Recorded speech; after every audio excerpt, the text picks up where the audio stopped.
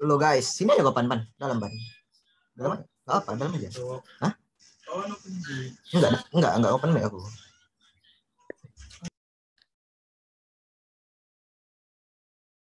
Baik, semuanya sudah bergabung?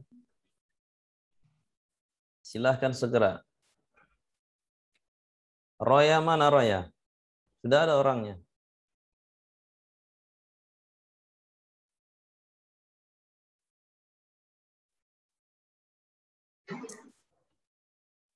Baik, kita sambung keterangan yang tadi.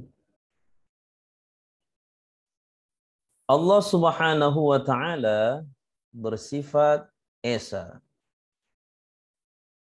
Maka Allah Subhanahu wa Ta'ala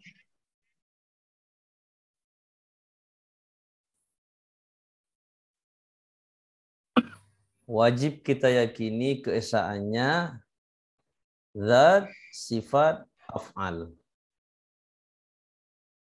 Nah, ya. Di sini mustahil Allah Subhanahu wa Ta'ala ada zat yang sama dengannya. Kedua, zat Allah tersusun dari anggota tubuh. Ini harus diyakini dengan sepenuhnya. Esa, zat Allah, yakini bahwa zat tidak ada yang memiliki zat seperti zat Allah. Itu namanya mustahil Allah memiliki kam mumfasil fil zat. Mustahil juga Allah kam muttasil fil zat. Zat Allah itu tersusun dari anggota-anggota tubuh. Allah punya tangan, punya kaki, punya kepala, punya wajah. Tidak ada. Itu tidak benar. Allah Subhanahu wa Ta'ala tidak. Suara siapa yang ribut? Allah Subhanahu wa Ta'ala tidak memiliki tangan. Sebagaimana yang dipahamkan oleh kaum yang menganggap Allah punya tangan, punya wajah, punya kaki, ini tidak benar. Jadi Allah Subhanahu wa Ta'ala Esa, zatnya mustahil kam muttasil fil zat, yaitu zat Allah mustahil tersusun dari anggota-anggota. Walaupun suara siapa? Suara speaker siapa yang belum dimatikan itu? Walaupun Allah Subhanahu wa Ta'ala berfirman di dalam Al-Qur'an, yadullahi fawqa aydihim wa yabqa wajhu rabbika dzul jalali wal ikram, ada tangan, ada wajah, tapi itu semuanya bukanlah bermakna Allah memiliki wajah dan Allah memiliki tangan. Itu tidak benar. Ada kaum mujassimah yang mengatakan Allah memiliki jisim sama seperti jisim manusia, itu tidak benar. Kemudian dari segi sifat, Esa Allah Ta'ala yakini dengan sepenuhnya tidak ada yang bersifat seperti sifat Allah. Nah, yakini. Kemudian yang harus diyakini selain dari itu, sifat Allah Esa artinya misalnya kudrah. Kudrat. Kudrah itu adalah kekuasaan Allah. Menjadikan itu adalah kehendak Allah. Sifat kudrah ini menjadikan dan meniadakan. Jadi untuk menjadikan menurut manusia perkara yang kecil, yang besar, bagi Allah kudrahnya sama. Jadi kudrah Allah tidak berbilang. Kudrah, kalau kita analogikan ke manusia, kalau kita manusia ini, si Aldi itu punya tenaga. Tenaganya itu banyak. Tenaganya untuk mengangkat meja dengan mengangkat lobi tidak sama. Nah, ini berarti berbilang kudrahnya. Ada yang susah, ada yang sulit bagi kita manusia. Bagi Allah sama, kudrahnya satu. Dan sifat-sifat yang lain juga satu. Ya. Nah, irodahnya satu, kudrahnya satu. Kayak gitulah Esa semuanya. Kemudian af'al, esakan perbuatan Allah Subhanahu wa taala dengan meyakini tidak ada yang memiliki perbuatan secara hakikat melainkan hanya Allah Subhanahu wa taala. Kita ini bisa melakukan harus diyakini karena dikehendaki Allah. Banyak orang yang ingin melakukan tapi karena tidak dikehendaki Allah tidak jadi, tidak bisa. Maka sesungguhnya pemilik perbuatan itu hanyalah Allah Subhanahu wa taala. Baik, kemudian tadi ada yang bertanya apa perbedaan qudrah dan qadiran atau sifat ma'ani dan maknawiyah yang lain. Fakhrul Razi coba kacamatanya dibuka dulu itu. Mengganggu. Itu kacamata ilustrasi. Kacamata hantu itu kan. Fakhrul Razi sengaja atau tak disengaja itu? Sengaja? Aha. Baik. Enggak disengaja? Kenapa muncul tiba-tiba kacamata? Baik. Harus dipahami bahwa Allah Subhanahu wa taala memiliki sifat yang wajib tadinya, sebahagian diantaranya ada 20. Yang 20 itu dibuat kelompoknya atau klasifikasinya nafsiyah, salbiyah, ma'ani, maknawiyah. Nafsiyah, salbiyah, ma'ani, maknawiyah. Nah, kalau di sini lebih jelas lagi, nafsiyah 1, salbiyah 5, ma'ani 7, maknawiyah 7. Ya. Apa perbedaan qudrah dan iradah? Contoh yang mudah untuk kita analogikan. Ini pertanyaan dari Aldito tadi ya. Iya Pak, iya. Aldito misalnya. Belajar dengan sungguh-sungguh, maka dia akan mendapatkan ilmu. Ya, ilmu. Mendapatkan ilmu. Kemudian kalimat selanjutnya,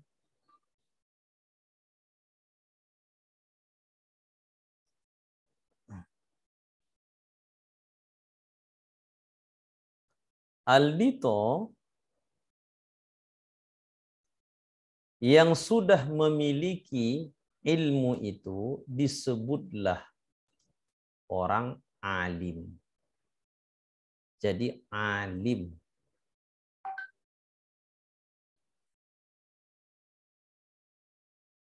Alim. Nah, untuk mendekatkan paham ya, supaya duduk nanti perbedaan qudrah dengan iradah. Dalam hal ini, ilmu adalah ini kita kembalikan ke Allah. Ilmu bagi Allah adalah sifat maknawiyah, ma'ani. Sementara alim bagi Allah adalah sifat maknawiyah. Lalu pertanyaannya, apa bedanya kan? Bedanya apa? Ya jelas berbeda. Yang harus dipahami bahwa sifat ma'ani adalah talazum. Talazum artinya apa? Melazimi. Talazum berarti mesti ya. Talazum kan saling melazimi itu, saling antara ya. Antara sifat ma'ani dan maknawiyah talazum. Saling melazimi. Melazimi itu artinya apa? Tidak bisa dipisah. Maka maknawiyah itu adalah talazum bagi sifat ma'ani. Kenapa bisa dikatakan demikian? Ilmu itu adalah sifat yang dimiliki oleh Allah. Ada ilmu Allah. Karena ada ilmu Allah, maka Allah sah dikatakan alim. Si Aldito karena dia belajar sungguh-sungguh dapat ilmu, dia sudah bisa menjawab pertanyaan umat, maka dia dikatakan alim. Maka antara ilmu dengan alim talazum. Tidak mungkin orang disebut berilmu, padahal tak bisa dia membaca, tidak tahu apa-apa. Akan mustahil nanti kalau ada orang tidak bisa melakukan apapun tapi dikatakan orang hebat. Nah ini orang hebat kawan ini. Kenapa? Oh, nggak bisa dia apa-apa. Ini orang pintar kawan kita ini. Kenapa Anda bilang orang pintar? 1 tambah 1 pun tak tahu dia apa-apa. Nah, yang begini berarti tidak masuk di akal. Maka antara ilmu dengan alim ini adalah sifat yang talazum. Karena Allah bersifat ilmulah, maka kemudian aliman. Karena Allah bersifat kudrah lah, maka disebut qadiran, Allah Maha Kuasa. Jadi Allah berilmu, memiliki sifat ilmu, maka dikatakan aliman. Ya, aliman wa huwas samiul alim. Allah memiliki sifat mendengar, maka disebut sami', Maha mendengar. Allah memiliki sifat melihat, maka Allah disebut basir, ya, melihat, Maha melihat. Nah, jadi begitulah seterusnya antara sifat ma'ani dan ma'nawiyah tadi talazum, ya, itu melengkapi. Ya, talazum tak bisa dipisah itu ya. Baik, sudah paham Saldito? Baik Pak, terima kasih atas penjelasannya Pak. Nah, baik. Pertanyaan mana lagi yang belum dijawab tadi apa? Pemakalah? Sudah terjawab semuanya?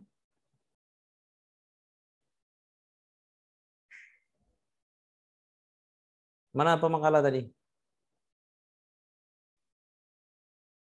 Pertanyaan mana yang belum terjawab lagi?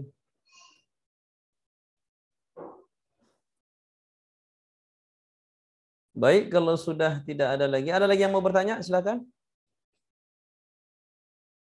Nurul Amanda, ada pertanyaan? Olivia? Ada Olivia yang mau ditanya? Tidak ada, Pak. Sudah paham? Sudah. Apa yang paham? Menjelaskan tadi, sudah paham, Pak. Oh, berarti sudah bisa menjelaskan kalau ada yang bertanya ya? Sudah? Pak. Insya Allah. Baik. Sultan Raja Buana sudah paham? Insya Allah, Pak.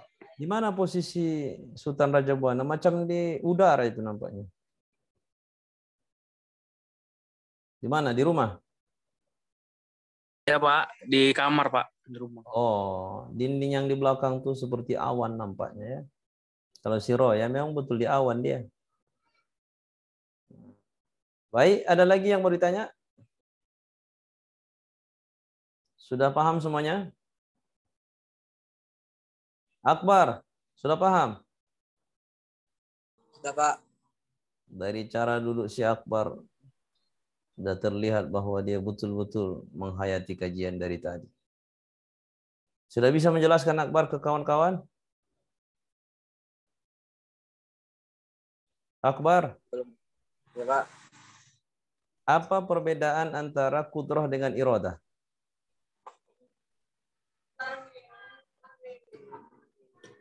Baik, kami bisa memahami. Akbar sebenarnya bisa menjelaskan, cuman agak susah dia untuk mengucapkannya ya. Nah, bersyukur kita kepada Allah diberikan pemahaman kepada kita semuanya. Betulnya Akbar sudah paham? Iya, Pak, sudah, Pak. Wah, betul-betul. Bisa dijelaskan kira-kira sedikit saja.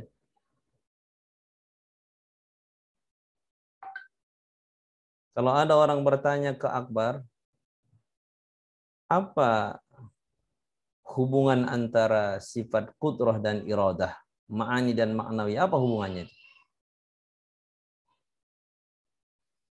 Silakan dijawab Akbar.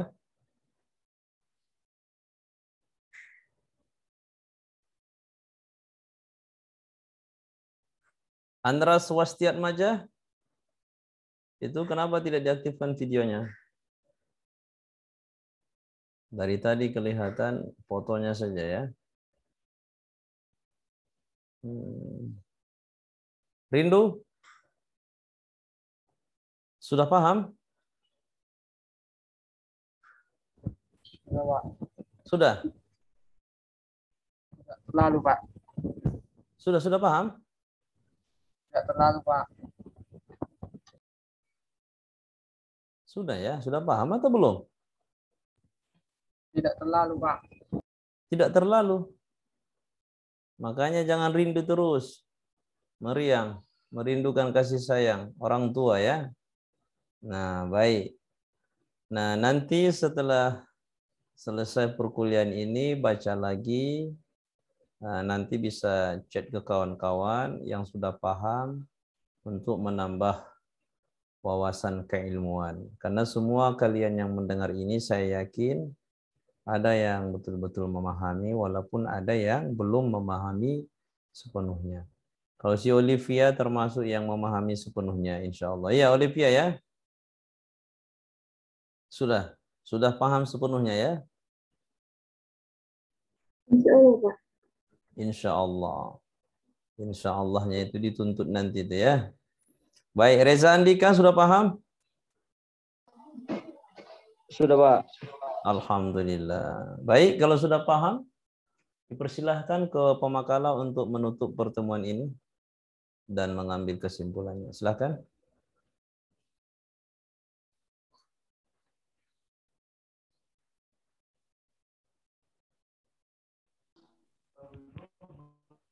Mana pemakala? Alhamdulillahirrahmanirrahim. Saya, Pak. Ya, silakan. Alhamdulillahirrahmanirrahim. Terima kasih kepada teman-teman yang sudah bertanya. Dan terima kasih kepada Bapak yang sudah mau membantu kami untuk menjelaskannya. Sekian hasil presentasi dari kami.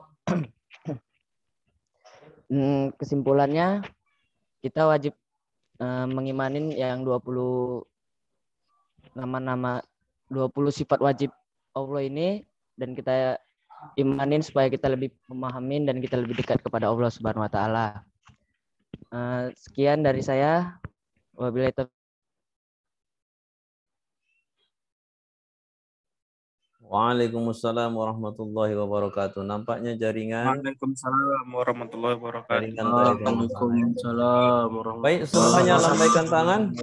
Lambaikan tangan pertanda orangnya aktif, ada orangnya di situ. Kalau yang tak melambaikan tangan berarti dipastikan itu foto. Nah, baik. Demikian, mudah-mudahan bermanfaat. Subhanakallahumma bihamdik asyhadu an la ilaha illa anta astaghfiruka wa atubu ilaik. Walhamdulillahirabbil alamin. Wassalamualaikum warahmatullahi wabarakatuh. Waalaikumsalam warahmatullahi wabarakatuh. wabarakatuh.